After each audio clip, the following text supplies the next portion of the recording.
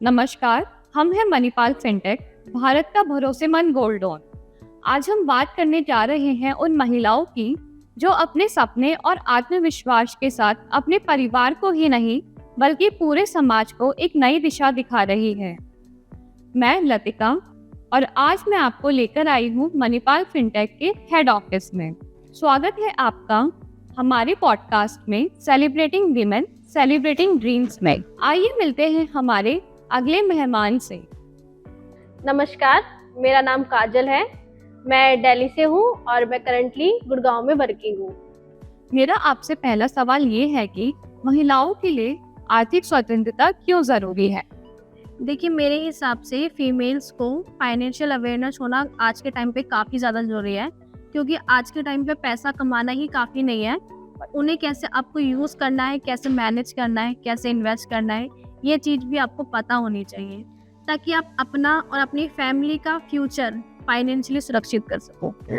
Financial awareness females को ये सिखाती है कि आपको अपना पैसा कैसे सेव करना है, कैसे यूज़ करना है, कैसे मैनेज करना है, कैसे इन्वेस्ट करना है, एंड उसको इमरजेंसी के टाइम पे आप उसको कैसे यूज़ और मैनेज कर सकते हो, ये फाइनेंशियल अवेयरनेस सिखाती है।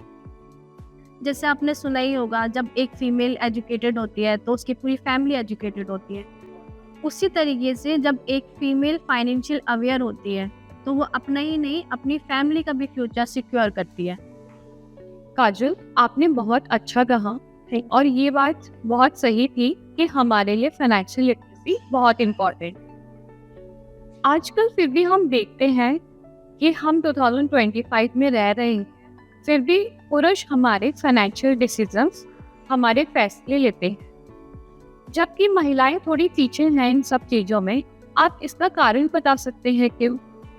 देखिए लतिका, आज का टाइम काफ़ी बदल रहा है, हमारा देश बदल रहा है।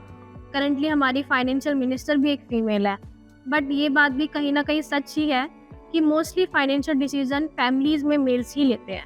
और इसका मोस्टली रीज़न यही है कि फीमेल्स को फाइनेंशियल अवेयरनेस पता ही नहीं है, like loans, credit, investment schemes, इन सब चीज़ों के बारे में पता ही नहीं है। एंड मेरा ये मानना है कि फैमिलीज़ में फीमेल्स को फाइनेंशियल डिसीजन लेने ही चाहिए। जो लड़कियां स्कूल और कॉलेजेस में हैं वो फाइनेंसेस के बारे में बुक पढ़ सकती हैं। जो फीमेल्स वर्किंग हैं, होम मेकर हैं, वो यूट्यूब ऑनलाइन क्लासेस ले सकती हैं। नई नई government scheme, Sukanya Samriddhi, PPF, NPS के बारे में जान सकती हैं और साथ के साथ उसमें सेविंग्स और इन्वेस्टमेंट भी कर सकती है। फाइनेंशियल लिटरेसी हमें कॉन्फिडेंस देती है कि हम किसी भी सिचुएशन में खुद पर स्टैंड कर सकें। बहुत अच्छी बात कही काजल आपने।